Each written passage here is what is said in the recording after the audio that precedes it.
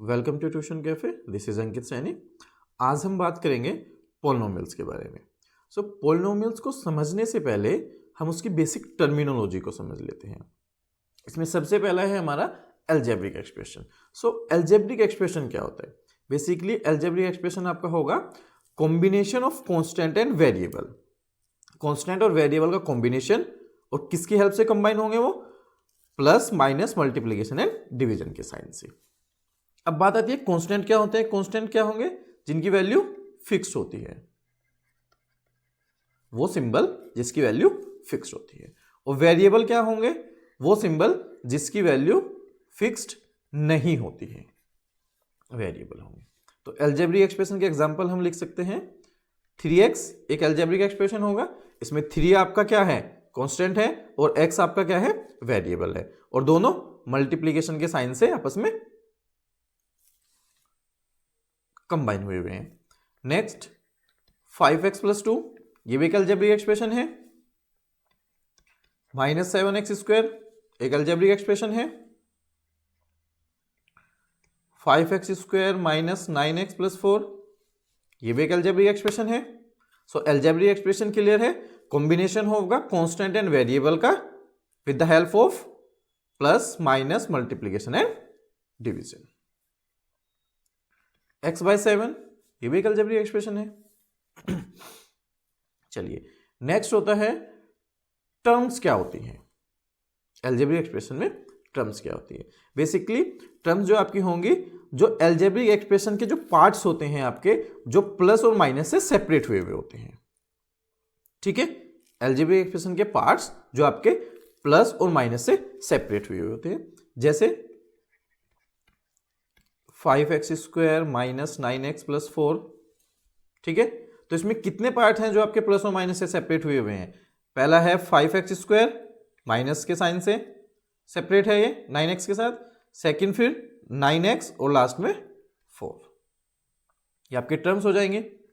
जैसे next example है 4x³ - √2x² - 5/9x -8।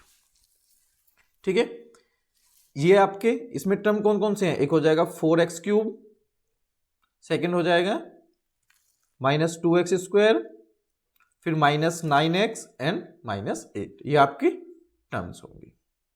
ठीक है, अब टर्म्स भी आपकी 3 टाइप की होती हैं। पहला है मोनोमियल। मोनोमियल का मतलब जिसमें आपकी एक टर्म होगी। जैसे 3x एक ही टर्म है, इसमें -7x², एक ही टर्म है। 5 ये भी एक ही टर्म है और वो कांस्टेंट है। -18 ये भी आपकी एक ही टर्म है। नेक्स्ट है बाइनोमियल। बाइनोमियल का मतलब जिसमें 2 टर्म होंगी। जैसे 5x + 2, कितनी टर्म है इसमें? 2 टर्म है। कौन कौन सी हैं? एक है 5x और एक है +2। नेक्स्ट है 3x² - 27, इसमें भी 2 ही टर्म है। कौन कौन सी टर्म है? एक 3x² और -27। क्लियर है? नेक्स्ट है आपका ट्राइनोमियल। ट्राइनोमियल का मतलब जिसमें 3 टर्म होंगी। जैसे 5x² - 9x + 4, कितनी टर्म्स हैं इसमें? 3। कौन कौन सी? एक तो 5x², सेकंड -9x, और लास्ट में 4। क्लियर है? अब एक चीज आपको यहां पे रखना है, जब भी आप टर्म्स को लिखोगे आप उसके साइन के साथ लिखोगे। ठीक है, प्लस है तो उसको ऐसे ही लिख लेते हैं, क्योंकि प्लस साइन लिखने की जरूरत नहीं होती है। अगर नेगेटिव में कोई टर्म है तो उसका साइन आप उसके साथ में लिखोगे। चलिए नेक्स्ट है हमारा कोफिशिएंट। तो कोफिशिएंट क्या होता है? बेसिकली कोफिशिएंट क्या होता है? वो नंबर होता है जो वेरिएबल के साथ में मल्टीप्लाइड होता है। ठीक है, अब चलो इसको समझते हैं। हम एक एग्जांपल ले लेते हैं। जैसे मैंने लिखा है 7x² - 4x + 3। ये हमारा एक एग्जांपल है। ये हमारा एक अलजेब्रिक एक्सप्रेशन है। अब अलजेब्रिक एक्सप्रेशन को हम टर्म्स की फॉर्म में लिख सकते हैं। तो इसमें कितनी टर्म्स होंगी? 7x² - 4x एंड 3, ये आपके टर्म्स हो जाएंगे। अब कोफिशिएंट जो होता है वो हर एक टर्म का अलग अलग कोफिशिएंट होगा। तो कोफिशिएंट इसमें क्या हो जाएगा?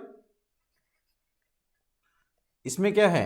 7, number that is multiplied by variable -4 और ये कांस्टेंट है, इसका कोफिशिएंट 3 रहेगा।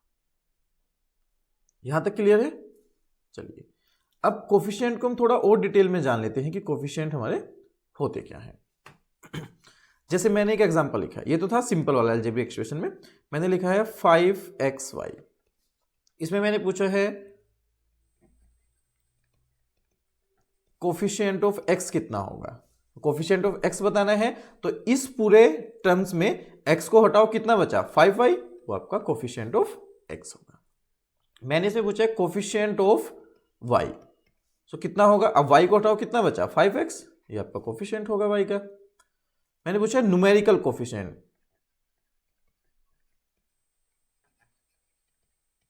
सो न्यूमेरिकल कोफिशिएंट कितना है इसमें 5। अगर इसमें मैं पूछूं कोफिशिएंट ऑफ एक्स स्क्वायर कितना होगा, तो यहां पे एक्स स्क्वायर है नहीं है, तो जब नहीं है तो उसका कोफिशिएंट कितना होगा 0, यानी कि जो चीज नहीं है और वो पूछी जाए उसका कोफिशिएंट 0। क्लियर है यहां से? और जब भी हम कोफिशिएंट लिखेंगे उसके साइन के साथ हम उसको लिखेंगे, प्लस है तो लिखने की जरूरत नहीं होती है, नेगेटिव है तो हम उसमें साइन लगाएंगे। जैसे -3x²y, मैंने पूछा कोफिशिएंट ऑफ x², कितना होगा -3y। कोफिशिएंट ऑफ y कितना होगा -3x²। कोफिशिएंट क्लियर है यहां से? चलिए अब next polynomials. So polynomials is an algebraic expression in which the exponent of all variables are whole number. Simply polynomials आपके वो अलजेब्रिक एक्सप्रेशन होंगे जिनकी जो वेरिएबल की पावर आपकी पॉजिटिव इंटीजर होगी। ठीक है, आइए देखते हैं। फर्स्ट एग्जांपल है आपका -4x+2, वेरिएबल इसमें x है और x की पावर कितनी है 1, पॉजिटिव इंटीजर है, सो ये आपका एक पोलिनोमियल्स होगा। नेक्स्ट 2x-3, इसमें भी वेरिएबल की पावर 1 है, पॉजिटिव इंटीजर है, ये भी पोलिनोमियल है। √3x+5, इसमें भी जो वेरिएबल की पावर कितनी है 1 है, यानी कि ये भी आपका पोलिनोमियल होगा। y + √2, इसमें भी वेरिएबल की पावर कितनी है 1 है, नेक्स्ट में भी वेरिएबल की पावर कितना है 1 है। सो ये सब क्या है आपके पोलिनोमियल्स हैं। 2x² - 3x+4, इसमें जो वेरिएबल की पावर है वो एक बार 2 है और एक में 1 है, यानी कि इस वाले में पावर कितना है 2 है और यहां पे पावर कितना है 1 है। सो पावर क्या है आपकी, जितनी भी पावर है वो आपकी पॉजिटिव इंटीजर होनी चाहिए। तो यहां पे दो टर्म है, एक 2y², एक -3y, और दोनों में जो वेरिएबल की पावर है वो 2 और 1 है, पॉजिटिव इंटीजर है, तो ये भी आपका क्या होगा पोलिनोमियल होगा। नेक्स्ट y² - 2, यहां पे भी जो वेरिएबल की पावर है पॉजिटिव इंटीजर है, सो ये भी आपका एक पोलिनोमियल होगा। नेक्स्ट x³ - x² + 3, यहां पे भी जो वेरिएबल्स हैं उनकी पावर आपकी पॉजिटिव इंटीजर है, तो ये भी आपका एक पोलिनोमियल होगा। सेम नेक्स्ट भी आपका एक पोलिनोमियल होगा। अब बात करते हैं 1/x की। क्या 1/x आपका पोलिनोमियल होगा? नहीं, 1/x पोलिनोमियल नहीं होगा। क्यों? क्योंकि x को हम लिखेंगे x की पावर -1 और यहां पे पावर क्या है आपका पॉजिटिव इंटीजर नहीं है, तो इसका मतलब ये आपका पोलिनोमियल नहीं होगा। सिमिलरली √x+2, √x को मैं क्या लिख सकता हूं x की पावर 1/2 + 2, सो वेरिएबल की पावर कितना है 1/2, 1/2 का मतलब क्या है, ये रैशनल नंबर है। सो और हमें पोलिनोमियल्स के लिए क्या चाहिए, पावर हमें चाहिए पॉजिटिव इंटीजर, तो यहां पे नहीं है रैशनल नंबर है, तो इसका मतलब ये भी आपका पोलिनोमियल्स नहीं होगा। आई होप पोलिनोमियल्स आपका क्लियर है। अब बात करते हैं डिग्री ऑफ पोलिनोमियल्स क्या होते हैं। सो डिग्री ऑफ पोलिनोमियल का मतलब होता है highest power of variable. So variable की जो हाईएस्ट पावर होती है उसको हम क्या बोलते हैं, डिग्री बोलते हैं। एक एग्जांपल के थ्रू हम समझते हैं। 5x² - 9x+4, यहां पे इस पोलिनोमियल्स में जो वेरिएबल है उसकी हाईएस्ट पावर कितना है 2, तो इस पोलिनोमियल की डिग्री कितनी होगी 2। नेक्स्ट आपका एग्जांपल है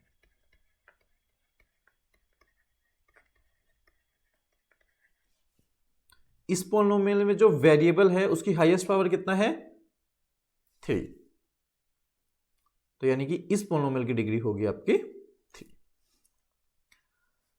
अब डिग्री के अकॉर्डिंग हम पोलिनोमियल्स को क्लासिफाई करते हैं। पहला है हमारा लीनियर पोलिनोमियल।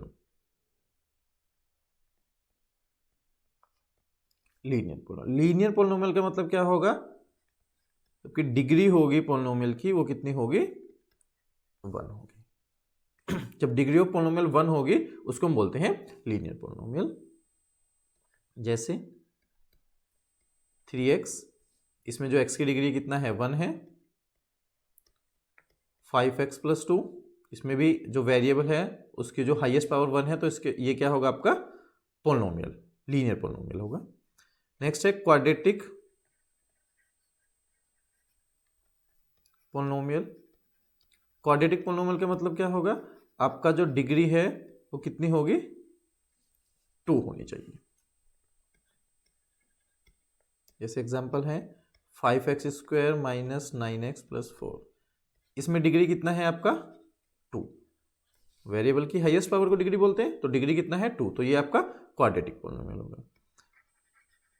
नेक्स्ट है क्यूबिक पोलिनोमियल। क्यूबिक पोलिनोमियल का मतलब क्या होगा, डिग्री कितना होगा 3। जैसे एग्जांपल था हमारा 4x³ - √2x² - 5/9x - 8, जो वेरिएबल की हाईएस्ट पावर है कितना है 3, यानी कि ये क्यूबिक पोलिनोमियल है। क्लियर है यहां तक।